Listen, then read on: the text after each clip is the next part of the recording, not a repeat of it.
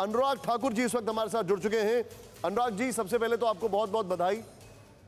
जिस तरीके से आपकी पार्टी ने परफॉर्म किया है इन चारों राज्यों में, आप समझना चाहूंगा आपका जो रोल रहा इस बार यूपी के इलेक्शन में। हमने आपको कई बार देखा, काफी टाइम स्पेंड किया वहां पर, आपने पूरी ताकत झोंकी, थोड़ा उसके बारे में बताएं हमें। मैं पहले तो उत्तर प्रदेश की जनता का धन्यवाद करना चाहता हूं, जिन्होंने भारतीय जनता पार्टी को एक बार फिर सेवा करने का अवसर दिया है। जो 40 वर्षों में कोई और नहीं कर पाया, वो मोदी जी के नेतृत्व में योगी जी ने करके दिखाया है। कहीं ना कहीं मोदी जी की छवि भारतीय जनता पार्टी के लिए चारों राज्यों में वरदान सिद्ध हुई। जो उनका सुशासन, विकास, गरीब कल्याण की योजनाएं हैं, उसका लाभ बहुत मिला है। और योगी जी को जब मौका मिला काम करने का, तो कानून व्यवस्था में सुधार किया, गुंडा अपराधी मुक्त उत्तर प्रदेश करने का काम किया, महिलाओं को सुरक्षा सम्मान दिया और गरीब कल्याणकारी योजनाओं को जन जन तक पहुंचाकर और उत्तर प्रदेश के चहुमुखी विकास का भी काम किया है। इस चुनाव में स्पष्ट तौर पर जब आप तुलना करते थे बाकी दलों के साथ, तो बसपा, सपा, कांग्रेस आई कहीं खड़ी नहीं होती थी सामने, क्योंकि गरीब के नाम पर वोट तो ये पाते थे, लेकिन सत्ता में आकर परिवार के लिए नोट बटोरने का काम करते थे। जबकि पिछले 5 वर्षों में योगी जी ने उत्तर प्रदेश में सरकारी गैर सरकारी ज़मीनें मुक्त कराने का काम भी किया है और 43 लाख पक्के मकान, हर घर को बिजली, शौचालय, रसोई गैस का सिलेंडर देने का काम किया। तो वहीं पर 15 करोड़ गरीबों को मुफ्त में 2 बार अनाज महीने में दिया, 2 वैक्सीन भी लगवाई और 5 लाख का इलाज भी मुफ्त में करवाने का काम किया है। ये कहीं ना कहीं एक बहुत बड़ा फैक्टर था नीचे मोदी जी की छवि, ईमानदार और मोदी जी की गरीब कल्याणकारी योजनाएं और योगी जी का इनको धरातल पर सफलता से लागू करना।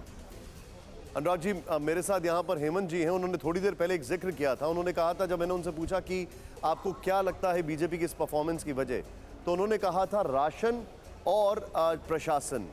क्या आपको ऐसा लगता है कि ये 2 फैक्टर्स ऐसे थे जिसने जो भी नेगेटिव कैंपेनिंग आपके खिलाफ हो रही थी या जिस तरीके से आप लोगों को पिन डाउन करने की कोशिश कर रही थी, उसने सारी चीज़ों को नेगेट कर दिया?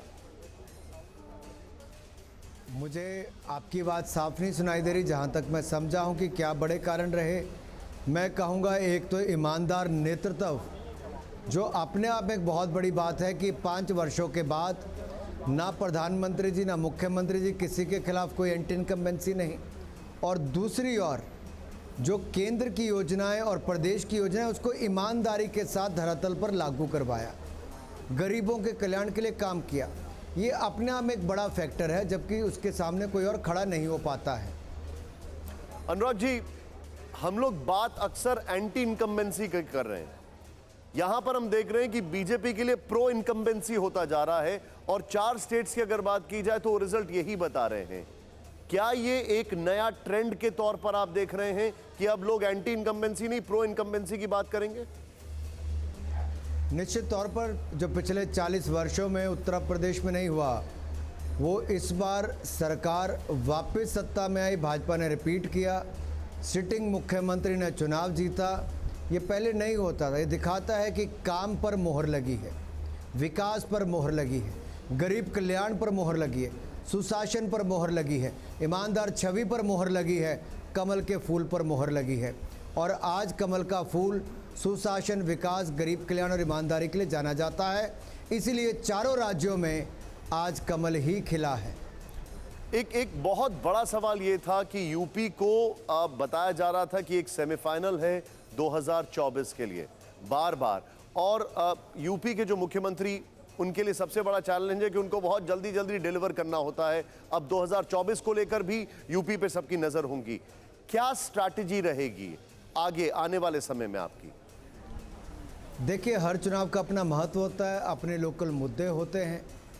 आज हम चारों जीते, मेरे लिए कहना बहुत आसान होगा कि हाँ 2024 से पहले सेमीफाइनल जीत लिया, लेकिन सच्चाई यही है कि हर चुनाव का अपना महत्व होता है और इस चुनाव को भी हमने बहुत गंभीरता से लड़ा है।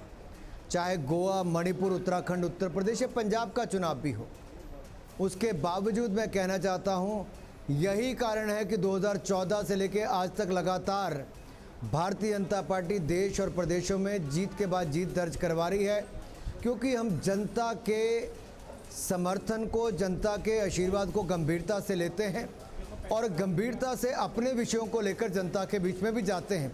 जो संकल्प लेते हैं उसको सिद्ध करने तक पूरी ताकत भी लगाते हैं। और आज विश्वास दिला रहा हूँ, हमने कहा है कि अगले 5 सालों में उत्तर प्रदेश के हर गरीब को, बेघर को आवासीय पट्टे की भूमि और पक्का मकान देंगे, हम दे देंगे। हमने कहा है उत्तर प्रदेश के लोगों की आय को दुगना करेंगे, करेंगे। उत्तर प्रदेश को नंबर 1 अर्थव्यवस्था बनाएंगे, बनाएंगे। और उत्तर प्रदेश के किसानों को समृद्ध करेंगे, महिलाओं को सशक्त करेंगे। सशक्त नारी, समृद्ध किसान, सक्षम युवा, सुगम शिक्षा और सांस्कृतिक धरोहर को संजाने, संवारने और सौंदर्यकरण करने का काम भी करेंगे। ये भी हम करने जा रहे हैं। अनुराग जी, आप यूथ जो है वो आपके प्रति काफ़ी देखता है। इस बार 19 साल से लेकर 39 साल का जो एक आंकड़ा था वो बहुत ही ज़्यादा बड़ा आंकड़ा था, करीब 7.5 करोड़ के आसपास। वो यूथ उसको आप लोग कैसे इन्फ्लुएंस करने में कामयाब रहे, क्योंकि ये नंबर्स बगैर उसकी प्रेजेंस के आ नहीं सकते। देखिए, युवाओं में एक नया भ्रम फैलाने का प्रयास किया अखिलेश जी ने, जब उन्होंने कहा कि नई हवा है, नई सपा है। ये नारा दिया और शुरू में मीडिया ने भी उसको बहुत दिखाना शुरू किया, लेकिन उत्तर प्रदेश की जनता ने जवाब दिया, वही हवा है, वही सपा है, जनता इनसे खफा है।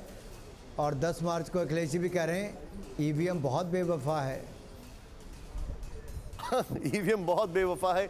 एक इस चुनाव के शुरुआत में आप लोगों के सामने एक बहुत बड़ा चैलेंज था, और वो शायद भगवान ना करे लेकिन आने वाले समय में फिर से आ सकता है।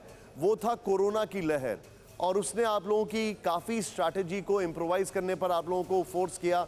मैं ये जानना चाहता हूँ उससे कैसे निपटा, और वो क्या आपके लिए नुकसानदायक था या उससे आपको फ़ायदा हुआ?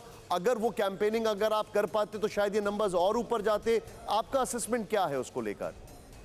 सॉरी, मैं आपका सवाल सुन नहीं पाया, सिग्नल की प्रॉब्लम है थोड़ी। मेरा सवाल ये है अनुराग जी, ये चुनाव शुरू होने से पहले ये शुरू होने के साथ ही एक बहुत बड़ा चैलेंज था, वो था कोरोना की लहर, और उसको लेकर जिस तरीके से रिस्ट्रिक्शंस लगे हुए थे। ये आपके लिए एक नुकसानदायक चीज थी या आपके लिए एक एडवांटेज था? अगर आप लोग कैंपेन कर पाते जैसे आप लोग करते हैं अपने ट्रेडिशनल तरीके से, तो शायद क्या नंबर्स और ज्यादा आते? आप इसको कैसे असेस करते हैं? मेरा इस पे निशान जी मानना बहुत साफ है। ये दुनिया के सामने बहुत बड़ा संकट था। मोदी जी के नेतृत्व में देश ने एक लंबी छलांग लगाई।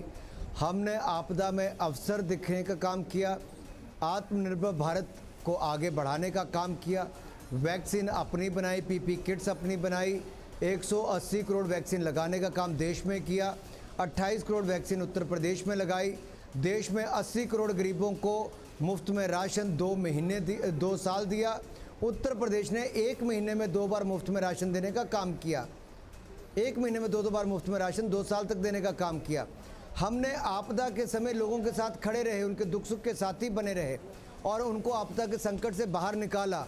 ये हमारे पक्ष में आकर चुनाव में खड़ा हुआ। अगर हमने काम नहीं किया होता तो आज गड़बड़ हो गई होती। और जैसे यूक्रेन का संकट भी आप देखिए, 24 फरवरी से लेकर आज तक स्पष्ट देखने को मिलता है। और आपके चैनल ने तो इससे पहले से ही यूक्रेन को दिखाना 10 दिन तक शुरू किया। आपके यूक्रेन ही चल रहा था। लेकिन मैं फिर भी कहना चाहता हूँ, हमने मोदी जी के नेतृत्व में, जो कहते हैं कि दुनिया के सबसे लोकप्रिय नेता हैं, माँ गंगा के आशीर्वाद से देश की कमान संभाली। ऑपरेशन गंगा के माध्यम से 21,790 छात्रों को वापस निकालने का काम युद्ध की भूमि से किया। तो मोदी जी ने करने का वो काम किया है। अनुराग जी, बहुत बहुत शुक्रिया हमारे साथ जुड़ने के लिए। आपने हमारे लिए समय निकाला। एक बार फिर से पुनः आपको बधाई। Nishan ji, thank you so much sir.